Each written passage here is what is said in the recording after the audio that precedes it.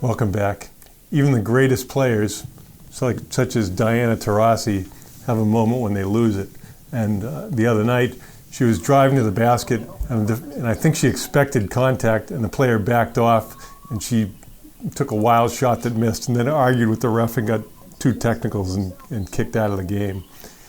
You know, I think it was one of those unfortunate moments where just what you expect to happen as a player doesn't always happen. Sort of like when a wide receiver thinks they're going to get crushed and nobody's there and they just drop the ball. But did you see the whole? There was no contact at all. You saw the play. I didn't see any contact whatsoever. Because if she was knocked off balance, you would think that either the person got up on her and then released quickly, so she. It was like pulling the chair. Yeah. You know. So, but anyway, these things happen. What I'm more bothered by Cam Neely trying to lay all the blame for the Bruins' problems on Cassidy. Apparently, Neely, he doesn't like the fact that they're having trouble getting the puck into the zone sometimes, so he wants to go back to the, I'll call it dump and chase, where you shoot the puck into the corner and then send players in. Well, they do not have so many tough players or tough skilled players like he was back in the day. I mean, you have guys like Frederick on the 3rd and 4th line. They'll get the puck, but they can't do anything with it because they're not skilled players. And they're also blaming Cassidy for not developing enough of these players. Well, the draft with Studnicka and all these guys who never became anything, who owns that? That's all Neely. And how are you going to develop them anyway? You know the game better than you do. Well, what happens is that they get into the game and they make a mistake. They have trouble getting the puck out of their own end or something. Again, Trent Frederick. And then they make a mistake and then they feel like Cassidy buries them. Well, if the guy can't play, maybe he shouldn't be on the ice. And I've had people say, well, with the salary cap, you don't have any choice. You have to put the guys you have out there. Well, they must talk after every game, the general manager and Neely and the coaches.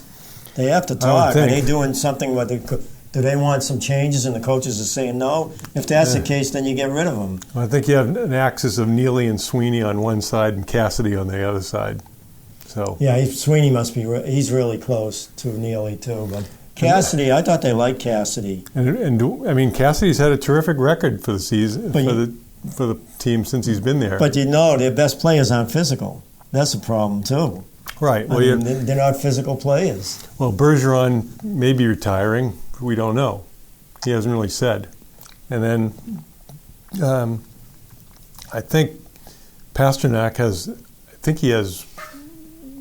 potential to renegotiate his contract or get an extension, and they really need to do that. It's much like the Red Sox not negotiating with Devers. Devers is the best player on the team by a factor of 10. Yeah. And, you know, it's crazy. Well, him and Martinez. Well, Martinez...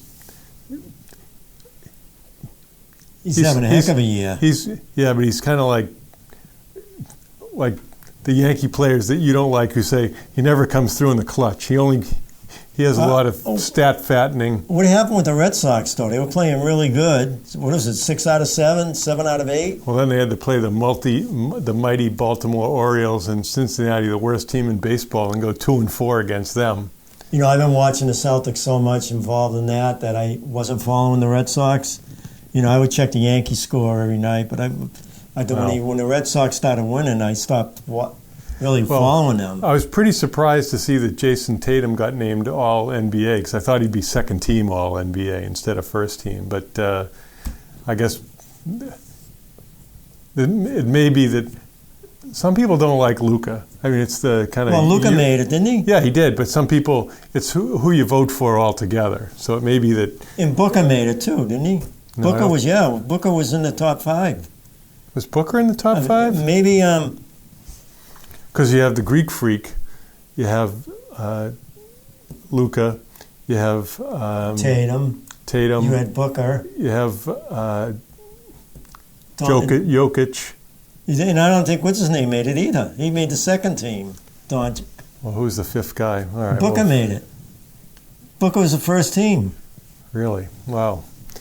You know, I guess it's probably not based. It doesn't include the playoffs, so Booker wasn't. I mean, he might have been hurt some in the playoffs too. Anyway, so Let's talk about Quinn Snyder leaving the Utah Jazz. He's got 1 year left on his contract, but they're saying that he might sit out and do broadcasting or something. So I don't he's know. one of the best coaches in basketball. No, but I don't know. Sometimes strange things happen in Utah because they've got a different community out there. I wonder what Ainge is doing out there. Well, he's involved in the team, right? Yeah, but I mean, Ainge is a cultural fit for the area, being a Mormon, and some other guys may not be as conservative or whatever, and may not fit in well. I don't know what the answer is, or maybe he's just tired of the players he has. And they were doing a pie there, percentages of who did the most to make the Celtics, who's responsible. And they had Udoka, they had... Oh, you got to give Ainge credit for the draft. I mean, you give them all the credit. So... I mean, if I had a pie, I would give him 90% of the credit has to go to Ainge. He gets negative credit for bad luck with Hayward and Kyrie being Kyrie. And then he gets negative credit originally for drafting Brown. Yeah. Well, he made that... Not only does it bring him the last title, which is tough to get away from L.A. and Miami, you know what I mean, in those areas... You get a title and you have 5 great years. They could have won a couple more. That wasn't his fault. Well, and I think this year you have the Smart, Brown, and Tatum axis who basically lobbied for Udoka. So if anytime the intensity or conviction or whatever you want to call buy-in falls off, you say, this is your guy. You brought him in. You have to do what he says because it's all going to go on you if you don't put out. So that really worked out very well. Well, let's talk about the Patriots because they've only had 2 open practices so far without pads. So there's probably not a whole lot to say. The biggest issue that I think the fans see is they don't really know what the offensive chain of command is. Who's running the offense? The thing there, too, is, you have Patricia and you have Judge. Everybody's down on Judge. I mean, both of them were coaches. They both know the game. Patricia knows the game. He's a real good defensive coordinator. Didn't do a good job with Detroit. So McDaniels didn't do a good job when he was a coach too. He had to come back, and then he didn't do a good job as the offensive coordinator the next season when he was cut, and he comes back and they're praising him. I think a lot of it had to do with Belichick, the system he runs. And it'll be interesting to see if they simplify the routes for the receivers because of these option routes. Some of these guys are not accustomed to having to read the defensive back at the same time as the quarterback is and then make their decision there.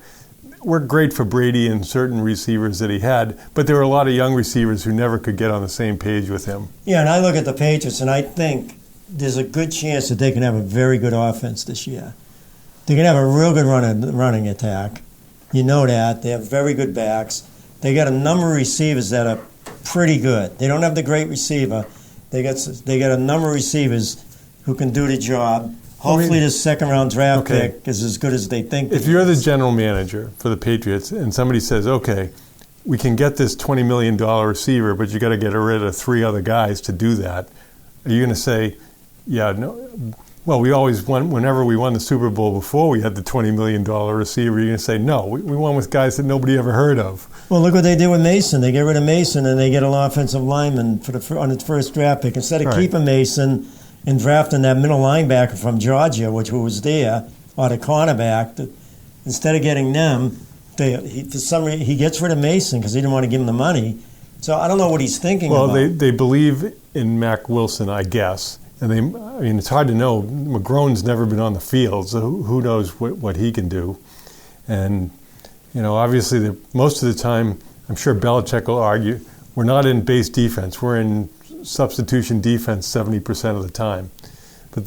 But for Patriots fans, our concern is you can't stop Buffalo one time and get them off the field. So is your offense going to score every time they touch the ball? That's mostly the coaching, though. His son's got to go, and he won't go. He's still going to keep him. But to not blitz him once, Allen once, didn't blitz. So they're scoring every time. You would think I would throw 8 guys at him. I'd blitz 8 people. You're just going to go at. and keep 3 back to pick up the receivers. Give them like 1 second to get rid of the ball, and when you're blitzing a ton of people, you can't run.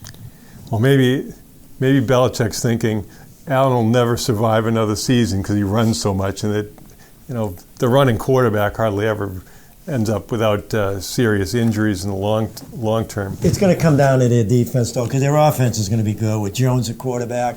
He's got good receivers now. He's got good tight ends, good running backs. Hopefully the offensive linemen, they're a young offensive line, but they had some good young players last year, and hopefully the number 1 draft pick will work out. Well, it seems like people are saying it's strange. They can't believe how athletic the guy is. So if he gets by the first block, they said he just terrorizes people in the second line of defense as far as blocking. So, I mean, we'll see. It's a long way to go. Will Isaiah win? Will they cut Wynn and try to use his money for something else? I think that's... I don't know what they do with the money, though. How about the second-round draft pick? At the end, they got 6'3". They said people saying he's not as good as they think he is. And then the receiver goes right behind him that everybody loved. Oh, Thornton. Well, they're talking about his wrists are 6 inches. I don't know. Has there ever been a good receiver who had small wrists? I don't know. If you run by people. I know. Didn't Rice have small hands? I don't know. Didn't seem to bother him, whatever. Sometimes we get too hung up on these individual stats. Now, we have the picture that's etched in our mind of Mac Jones is him smoking the cigar with a big gut while he's at Alabama, and everybody says he looks like Vincent Brown now, the Undertaker. I don't know if he's able to remodel his body that much. He's been working out? I guess people have said he looks like a different guy, and he said I think he cut back on ice cream. He's a big ice cream guy. I think he's going to be really good, I'll tell you. I think this year is going to be a big year for him. Well, I think I agree totally. They've got to be able to slow down the pass something, and it's worrisome with the cornerbacks they have. Butler's out of football for a year, and now he's the number 1 cornerback. Well, they might play a lot of zones. Yeah. Is Jones coming back? Jonathan Jones is back. And then I guess Mills is the other cornerback who wasn't terrible last year. He was all right. He wasn't great. How about, what's his name, number 45? What's his name? Not Bryant. He made that big play against Buffalo. Allen in the wind and rain. Miles Bryant. He made that big play in the end zone, and then the rest of the season he got burned. So we'll see. But I mean, and the other thing, of course, is their ability to stop the run. Guy, obviously, is their number 1 guy. Godshaw wasn't so great. But it seemed like they were really strong early in the year, and then just this team started running on them. Yeah. For the linebackers. So we'll see. Bentley is their number 1. They need him to be healthy the whole year. He gets hurt. Is Hightower back? No, Hightower is a free agent right now. Maybe they're hoping they'd be able to bring him back on short money. Well, he must be going with those the Michigan linebacker they got. McGrone. Yeah, we'll see. I mean, and they put Phillips up as a linebacker a lot of times, so we'll see how that goes. And Duggan too. Yeah, Duggar. Yep. Yeah. So, and then I guess the other place where they may have some money they can free up is Jake Bailey. I think they have another punter. And Really? I mean, Bailey got 3 punts blocked last year, right? Yeah. I mean, he wasn't great.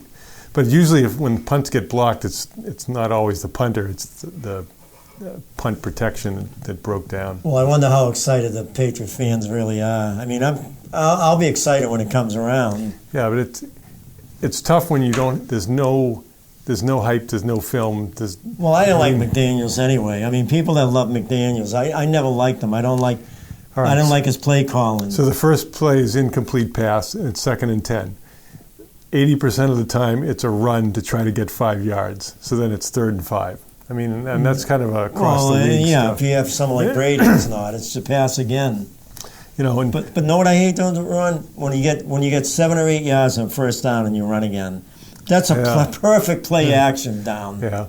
Well, the other thing is that Bills fans should try to remember that they didn't win anything last year. They didn't even get to the Super Bowl because they couldn't stop Kansas City from going, 75 yards in 25 seconds. Well, look at Tampa Bay, too, on that pass down the middle, getting burnt. Right. So it's very easy for people to say, well, the Patriots won 6 Super Bowls and it wasn't anything. Well, a lot of these teams haven't won one. So if it was nothing, it's a lot of nothing. We'll be right back.